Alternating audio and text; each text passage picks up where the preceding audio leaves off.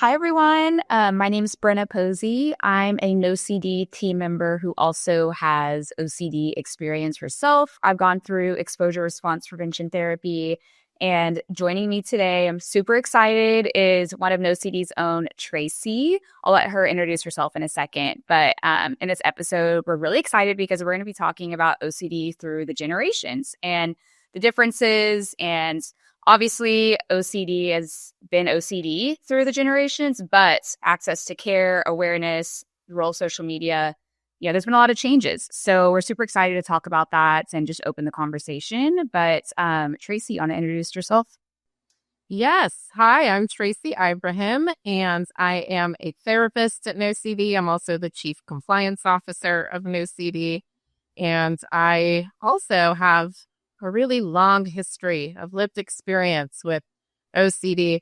I did the math the other day. It made me feel a little bit old, but I'm clearly not old.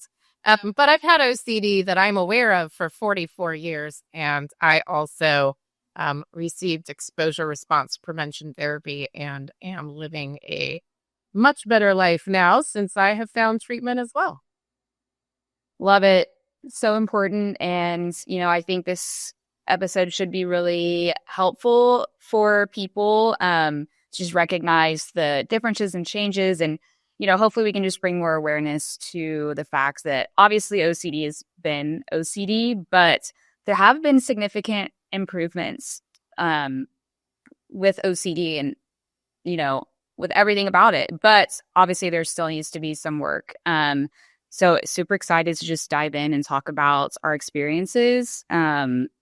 And yeah, so I think whenever I think of OCD through the generations, I kind of think of three big different topics. So one is like OCD awareness, what it looks like whenever you were growing up versus whenever I was growing up. Second topic is kind of like access to care, I would say. So what my experience was and what yours was. And then really, I think the role of social media would be an interesting topic to talk about. Was not a thing whenever you're growing up. And it was basically a huge part of my experience growing up with mental health and OCD. So I kind of thought those were the big three topics we could talk about.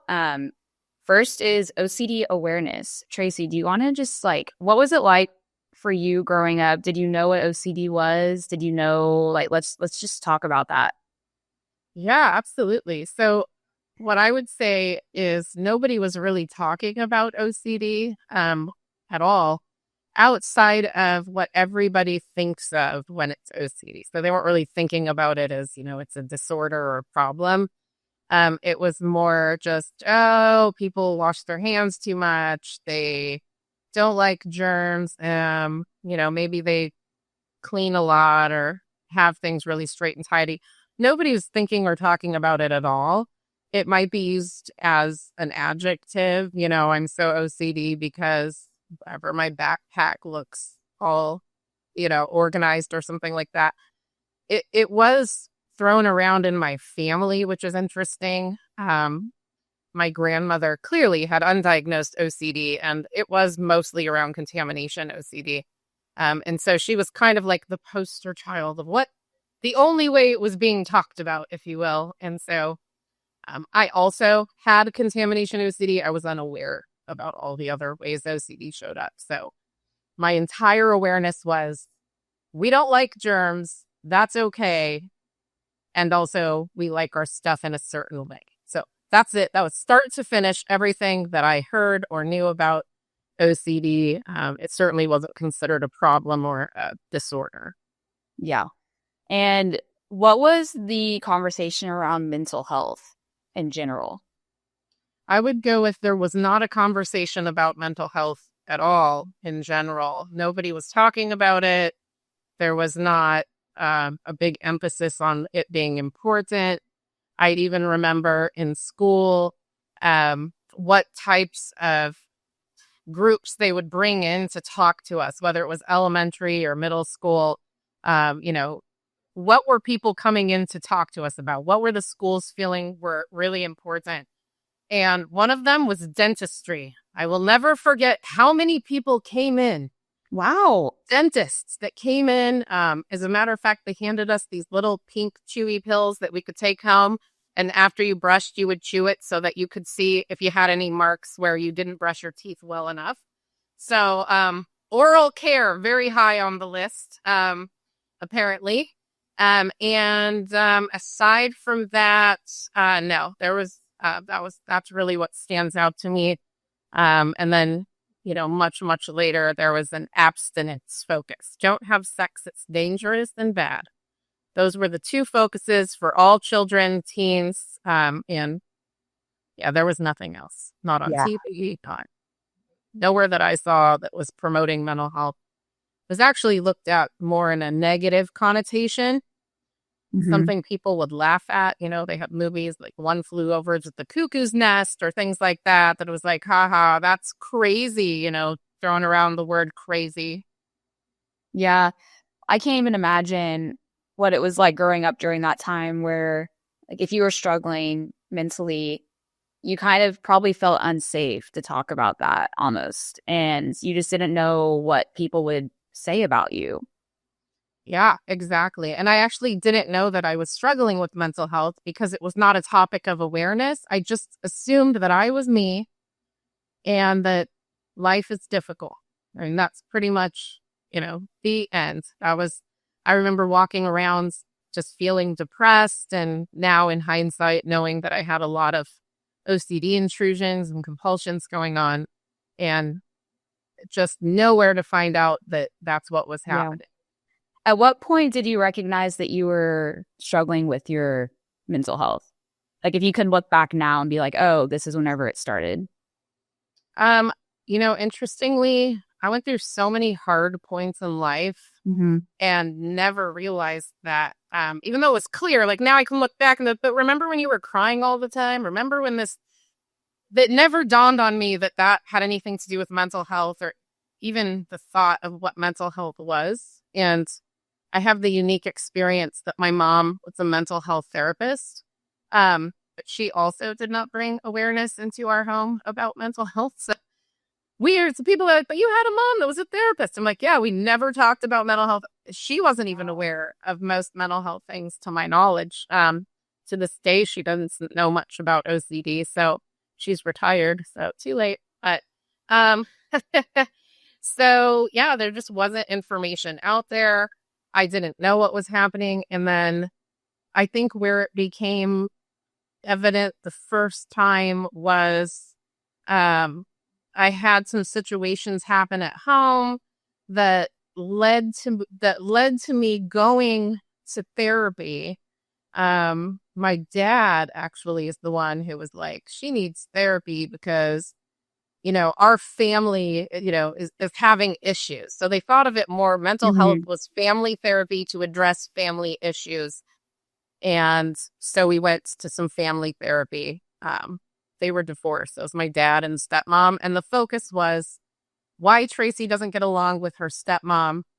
And none of the other mental health things going on were even brought up. Um, Yep. Yeah. yeah. Wow.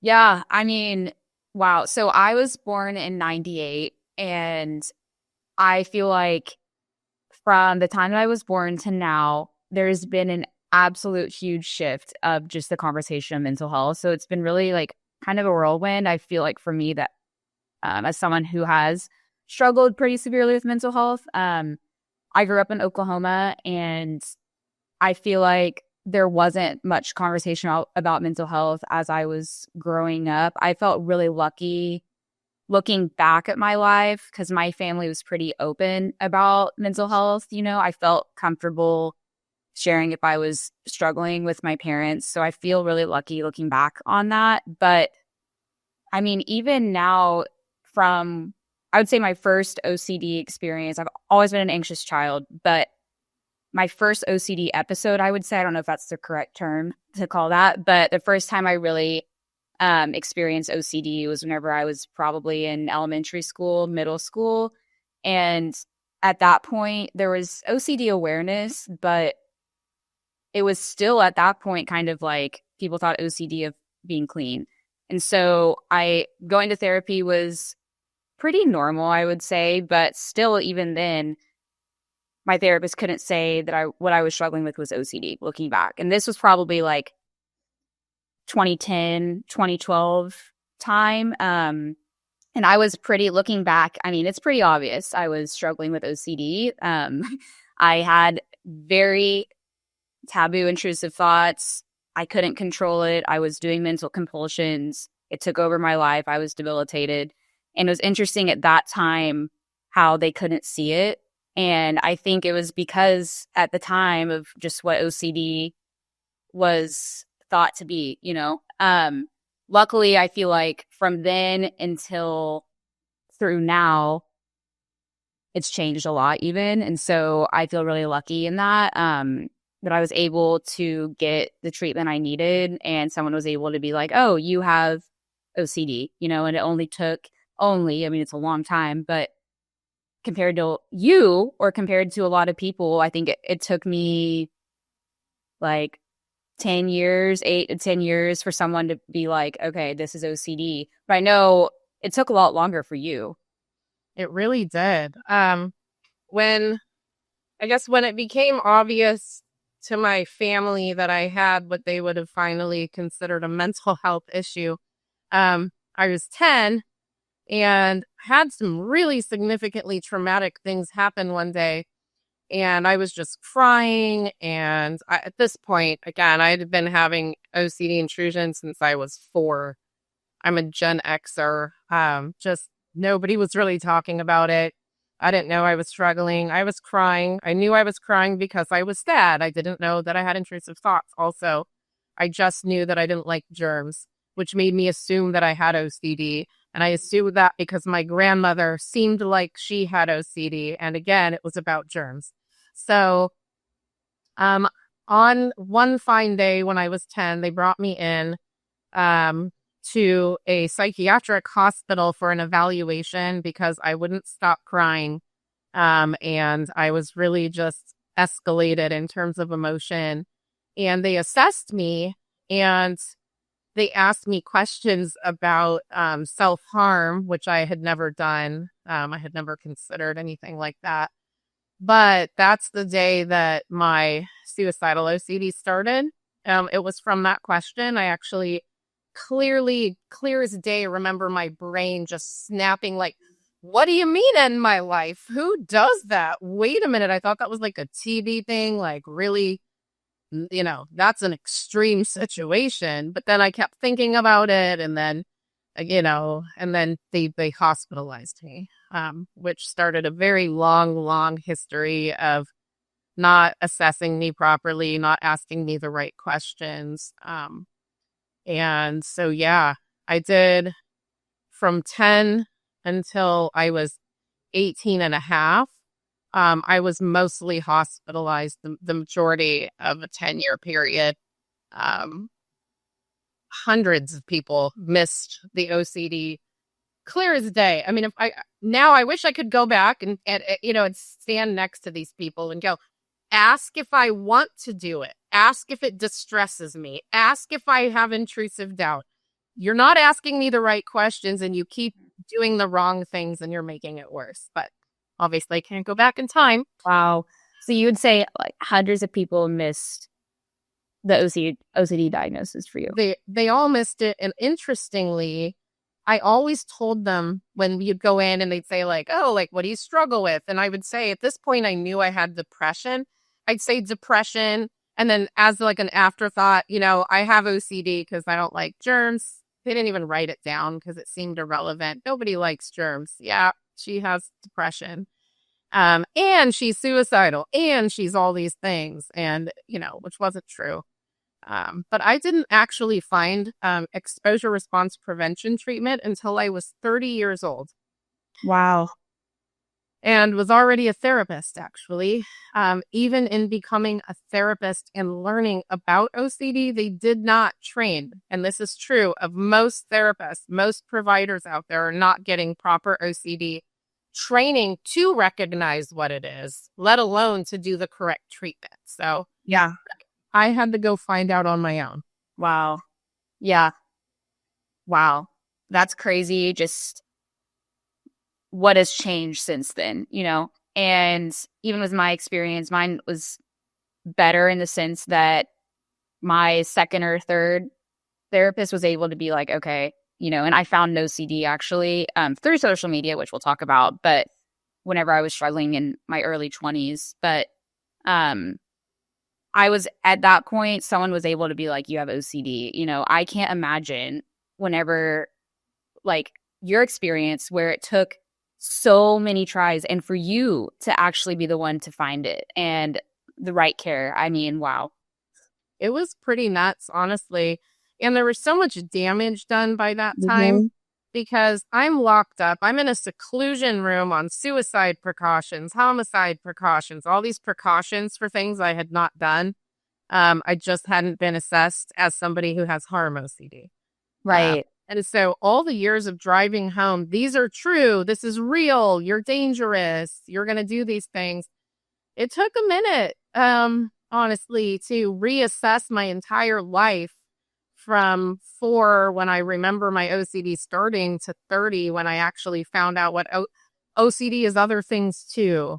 There's the actual treatment that is evidence-based. And I had to go out and learn those things on my own. And so to this day, and I'm 51 now, I will occasionally get like a flashback, if you will, of like a memory of like standing in a seclusion room or being somewhere in a hospital and having thoughts about something like traditional harm OCD thoughts and going, oh, wait, you know what? That was homicidal OCD. That wasn't you. Like, oh, that makes sense. Oh, okay.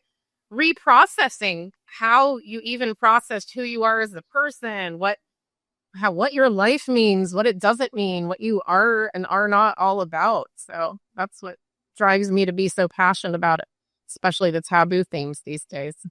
Oh, absolutely. I mean, there's so much shame and stigma and just, I mean, coming from someone that has had a lot of the taboo OCD themes, and I experienced that shame, which I'm sure you did as well. Like, I also am so passionate about that because so many people with OCD are struggling with the taboo themes. It's very important to talk about. Absolutely, because it's like, of course, and I'm not saying that my contamination OCD is not important. Right. It sucks, to be honest with you. I mean, I have all my themes still.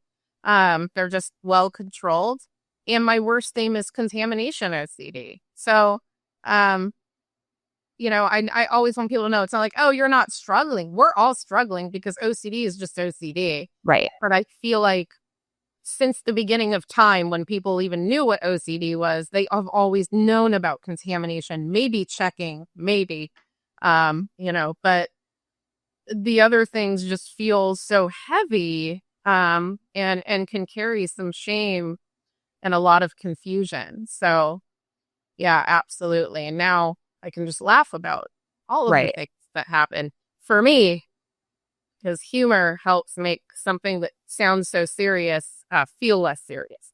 Totally. Humor is so important. And I didn't recognize that until I was older and have gone through therapy. Honestly, the first time I did exposure response prevention therapy, I was like, how do people use humor? This is my OCD theme, it sounds so intense. Like, there's no way that I could just find humor in it. And now I can't imagine not using humor with my OCD experience. It's truly helped in a way. It really does. That's one thing I drive home in our NOCD support groups. I run a couple of taboo themed support groups for this very reason. And you can sort of see the progression of people as they're going through their treatment. Like, how can you laugh about this? And I'm like, I'm not laughing about the actual thing. I'm laughing about the OCD version. And they're like, I was like, because that's the exact opposite. Nobody laughs about, isn't it funny that I thought about, pushing my daughter down the stairs? No, it's funny because I'm obviously not going to do that because I love her and it goes against my values. So I can make it funny. Right. Totally. Yeah. Yeah. Okay. I really want to talk about social media and what that role has looked like. For me personally, and I think maybe people my age could maybe relate to this, I actually found NOCD. I found really like taboo OCD theme awareness, and I found specialized therapy on social media.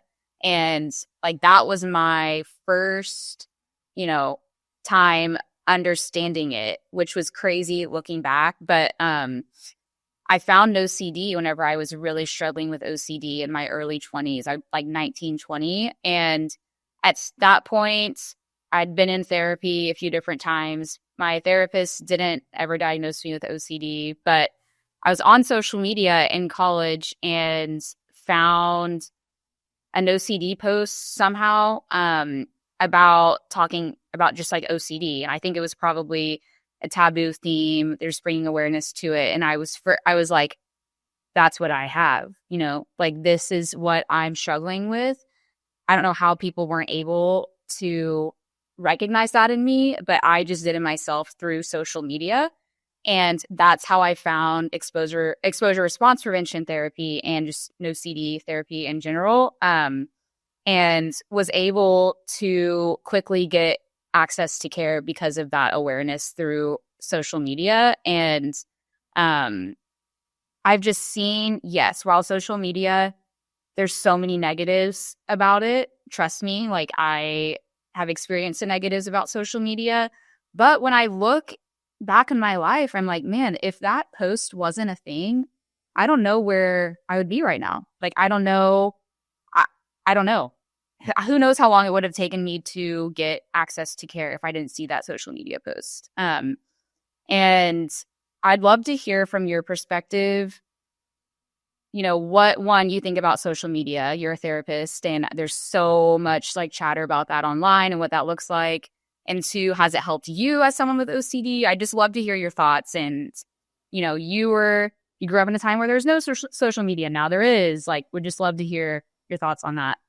Yeah, absolutely. You know, like you said, there was no social media. I would say as I got into my early adulthood is when things like chat rooms started with dial-up internet. So, and nope, there were no chat rooms for let's discuss your OCD themes that aren't, you know, that did not exist. These were just like weird pickup things for the most part, or trying to find a friend or something. So there was nothing. And I wish there was. Absolutely. I mean, the way that I found exposure response prevention was doing a Google search or whatever the search was called at that time. What is the most effective treatment for OCD? And the reason is I was a therapist. I was a newer therapist, and the people I was treating with OCD weren't getting better with the methods I was trained to use.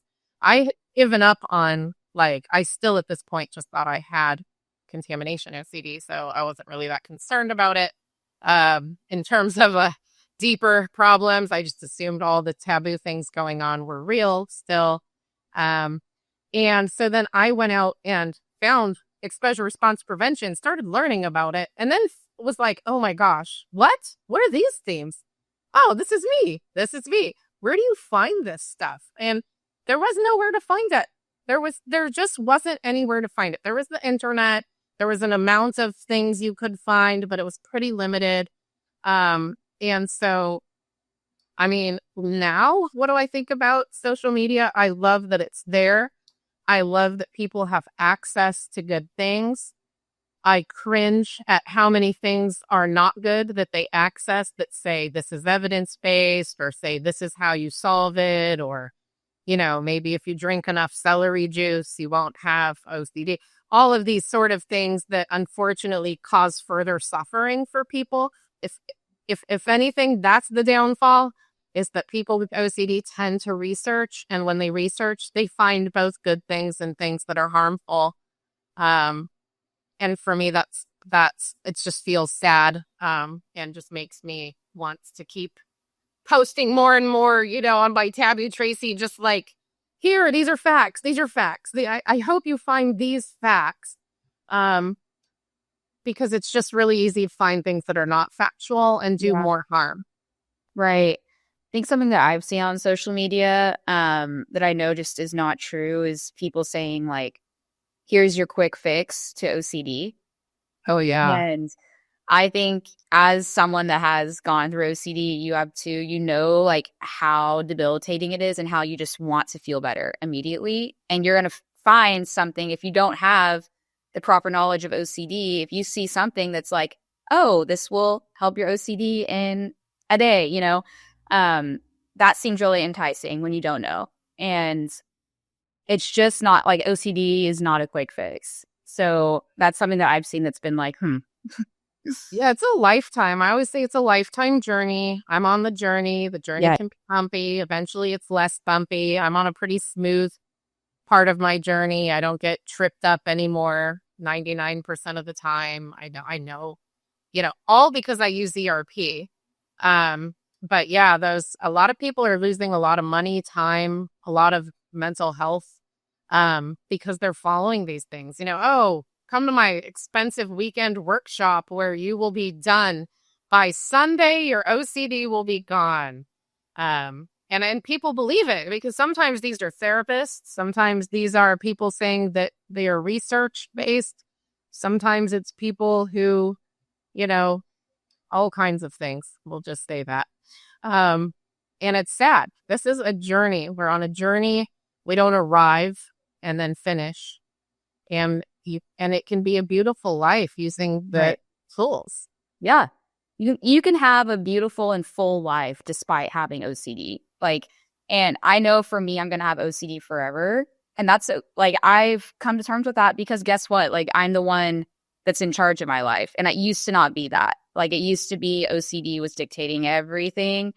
Obviously there were ebbs and flows and times where it didn't feel present and times where it was all consuming. But now it's I'm able to take control of my life, even though sometimes it feels scary and I want to believe OCD. I know it's a liar and I know that I can be the one in charge. And I think that brings a lot of hope to me. And as we know, hope is so important for people. And we've talked about past generations, my generation with OCD. What do you say or what do you want to change for the next generation when it comes to OCD and access to care? What do you hope to see? I hope to see ethical bans on harmful information, no matter what the media is, whether it's social media, whether it's, whatever it might be, whatever media things that they might come up with that I haven't thought of yet. I hope that there can be some ethics built in so that people can access correct factual information and avoid the part where they get more harmed in the process of trying to find correct treatment. So I hope there's a way to be very obvious when here it is, you find it on NOCD.com, you don't have to question, I don't know if this is real or not, maybe to have two sections, a valid section of resources and then everything else. And it has to go through a very good vetting process, kind of like becoming a therapist or anything else. That is one area I've tried to penetrate. It's pretty difficult. Training people who are going to provide mental health care, the appropriate knowledge and training of assessment and treatment of OCD. That is a probably more likely than creating barriers on social media, just so that the likelihood of you running into a therapist that knows how to assess you and knows how to treat you is more likely as opposed to a fluke and you got lucky. Yep. That's good. I love that. As you were saying that, I was thinking we started out, so your generation where there was basically no awareness to my generation where it was oh, okay, there is awareness now. It's great. People are able to get access to care.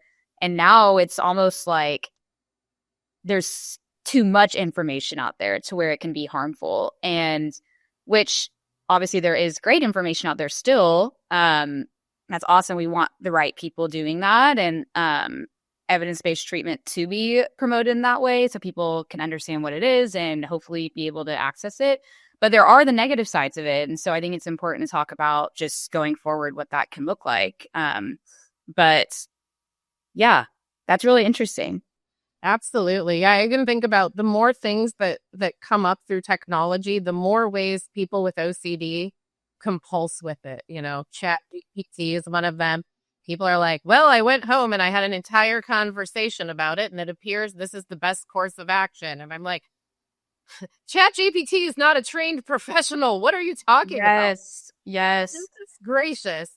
Yes. It's so enticing to use because it'll just spit out an answer, and OCD wants an answer. We want an answer, but we don't know sometimes that is actually what is exactly harming us. Exactly. So it's so great that so many things are available, Yeah. and it's so harmful to so many people with OCD. Maybe we could have our own special section of everything that has to do with anything electronic. Like, if you have OCD, push the OCD filter, and then everything will just cool. be real and valid and helpful, and everything else will be outside of there. And that way you can just ignore it. That will never happen. Wow. But I'm excited about that possibility. That's cool. That's a cool idea. Wow, I love that because it would be so helpful. Okay, as we kind of wrap up, I think it would be fun for us to both give like a one piece of advice. So if someone is newly diagnosed with OCD, no matter the generation, what would be the first thing that you would tell them right now? My most absolute thing is, you do not create your OCD content. You're not responsible for it. There's nothing to be ashamed, embarrassed, or anything else about it. Go get help from people who know what they're talking about, because they're going to help you normalize what's happening to you. That's so good. Yeah. I would have loved to hear that, Same. Yeah, I'm sure. I would say from me, no matter how long you've been stuck for, and no matter the severity, there is hope for symptom management. And because I remember counting the days of how long I was struggling with an OCD theme and being like, how long is this going to last? Am I stuck like this forever? And I wish I could have told myself, no matter how long you've been stuck for, like, there's always hope for you and to live the full and beautiful life that you want despite having this OCD. That's what I would say. Absolutely. Hallelujah to that. And it's true. And we're living proof of that. We're not like miracle angels or something where two people got helped and everybody else didn't get. Right. Exposure response prevention therapy's been around for over 60 years. I mean, that's longer than I've been around. That's for sure. And it's been considered the gold standard treatment because it does give you your life back, just like we got our lives back. And you don't have to struggle. Right. And if you're listening to this and you're like, I want to learn more about exposure response prevention therapy, please go to NOCD.com. Our team will love to chat with you. You can book a free 15-minute call with our team so you can learn more about ERP therapy in your area. It's changed my life. It's changed Tracie's life. And, OCD, it doesn't have to be like this forever for you. And that's another piece of advice that I would say. I love this conversation actually about the generations and what has changed and what we hope for. It's been really fun. But if you want to continue listening to videos similar to this, please subscribe to our YouTube channel. You'll get more videos from me and from Tracie and from other NOCD team members. And yeah, just know that it can get better. If you're interested in learning more, go to any of our social media channels at Treat My OCD, subscribe to our YouTube channel. And yeah, you got this. And OCD is a journey, but you're stronger than it. That's right. You're not alone. You're never alone. Yes. Never alone. I love to mention that, as part of being a NOCD member in treatment with us, part of not being alone means that you can access unlimited support groups through NOCD on all different types of topics and ways that OCD shows up. So you can really, really not feel alone and hear from others who are struggling. So yeah, that would have been a nice thing to have as well back in Oh the my day. gosh. What a Yeah. great resource for people. Yeah. Hope to see people over at NOCD. Yep. Love it. Well, thank you guys. Tracie, thanks so much for joining this. This was awesome. I loved hearing your perspectives. And you bring so much wisdom and knowledge and hope to everyone. So thank you. Yeah, And thank you, as do you. well, thanks. Well, this was so much fun, and we'll talk soon.